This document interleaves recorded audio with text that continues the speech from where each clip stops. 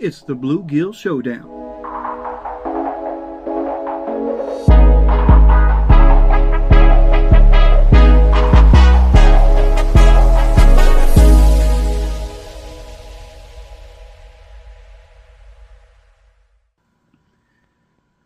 Hey everything, Beast here. We are doing a lure comparison. It's for all my other lure addicts out there that got more tackle than you'll ever freaking use. I just buy stuff, man, just because it looks pretty sometimes, I swear. But man, if the top really, these are pretty big on the market right now, is you have the Power Bait Berkeley Gilly, and then you have the Megabass Sleeper Gill. And I've been using these back and forth because really both of them are a bluegill imitation swim bait style. And really going back and forth to see which one of these that I really like the most and which one I think actually performs the best. So let's run down through both of them real quick. You have the Berkeley. Here we go. You usually come in a pack of 4. You can get them different sizes. I think they come in like a 90, a 110, a 130, I believe.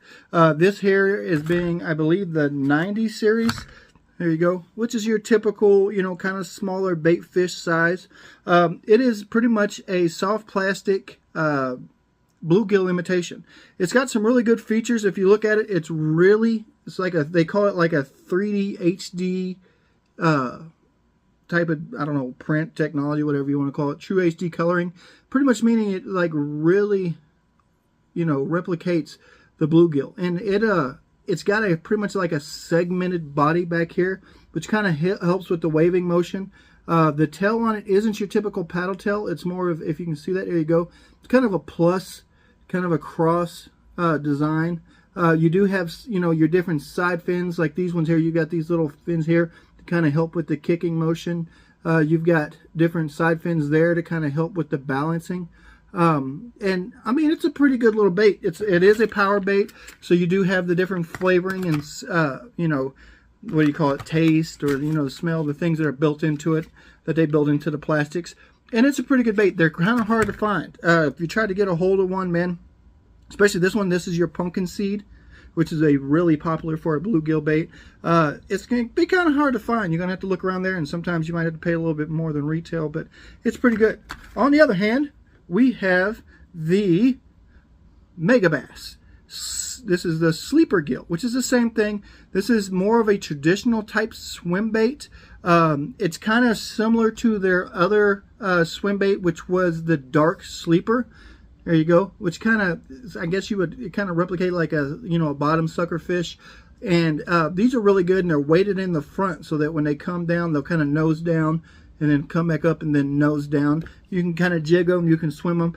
The Sleeper Gill is pretty much about the same way. If you feel it, you kind of have you've got the up here, you attach on the front. It does have a weighted section on here, so it will kind of nose down whenever you stop swimming it. It does have the same type of really good 3D, you know, coloring and painting, those nice little eyes on there that are more reflective, where you don't have that. This on the Sleeper Gill, this is all pretty much paint and, you know, printed on there. But the Megabass will actually have, there you go, can you see that? It got the reflective eyes. It has the paddle tail, so it's more of a traditional kind of swim bait. And again, since it's weighted on the front, it will drop down when you do it and come back up and drop down. It does have the side fins there to kind of help balancing out. And one of the really good features is the same as what you had on the Dark Sleeper, is the top fin is a hook protector. There you go. You see that? It's kind of hidden in there. Let me get a little closer there. You can see that. See how the hook's kind of hidden in that top fin?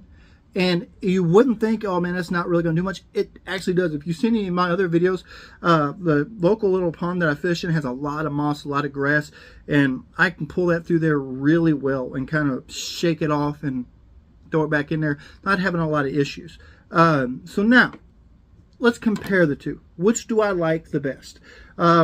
They are fairly different. Again, the Megabass is already a preloaded, pre-hooked, pre-weighted swim bait, paddle tail, but they're both pretty much imitating bluegill. If you're looking for versatility, the Gilly will probably be a better, because again, they tell you to do multiple different like hooking rigging techniques where you can go in through the side, because most of these you're not supposed to rig them through the top, right? What they tell you to do is you want to rig it through the side like that. You're going to come in through the side of the with your AOG or EWG hooks, and you can hook it that way. If you look through there, you have different lines. Can you see that? Different lines, which pretty much they tell you attachment locations. You can hook it that way. A lot of people do it like you see here. I have a screw lock in the end of this. They can tell you to put that in there because you can hook it through there and use it as a drop shot rig. You have a number of different things that you can rig it with, where the sleeper gill is more of a retrieve bait, a jigging bait, you know, a start-stop type bait where it's going to swim along and then fall and swim along and fall. Both of them, I believe, because again, you're supposed to pretty much Texas rig this with or nose hook it, but most of the time these both come through structure pretty well. I do really like how they do this, the same as I liked with the old sleeper gill, that hook protector, because it does actually come through. I don't, knock on wood, haven't lost one yet. These are fairly expensive. I think you can get a pack of these, if you can get a retail, come for like $5 or $6, I believe, for a pack of 4 of your Gillies, which the sleeper gill is going to run you more along the lines about $10, but it is Megabass, which is, you know, a lot of people consider more of a higher end product. You are getting a really nice product. It's a real soft plastic. It moves really well. Both these are really soft plastic. Now, again, what are my downfalls on them? Versatility, I got to give it to the Gilly. But my problem is, this is one, you're limited. It is, you can jig it, you can pull through cover, you can swim bait, really kind of throw it in there like if you're trying to get in there and target those bass that are hidden under cover, or, you know, you just really, if they're chasing little small bait fish, that's a really good, you know, bait style Gilly. And then bluegill. But then again, if you have on this one, my big problem with the Gilly is going to be, I've tried rigging it almost every way they tell you to, and I seem to keep having the same problem. So my problem with this one is I've rigged it a lot different ways. I've come through the side, like they tell you, in the different locations with the AWG hook. I've used the screw lock hooks, slightly weighted to kind of help balance it. I've tried the nose hooking it for drop shot. I've tried putting, some of them will tell you to put a, see a little spot right there, put a nail weight through there. And my problem is, if you reel it pretty fast, you can get it to come through pretty linear, but it always wants to kind of come through and kind of go over on its side. I've tried a bunch of different things, and it's really kind of hard. You got to really kind of play with it to get it, because if again it starts to lean and it doesn't come through right, the fish will kind of avoid it.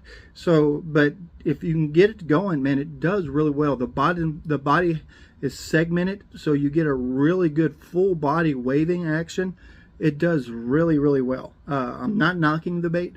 It's pretty good. It's just really hard to get a good rig on it to get it to come through planar vertically without trying to come through sideways like this or lean on the side. That's my biggest fall with it. And a lot of times it's with the sleeper gill, man, this thing will come through. It comes through true.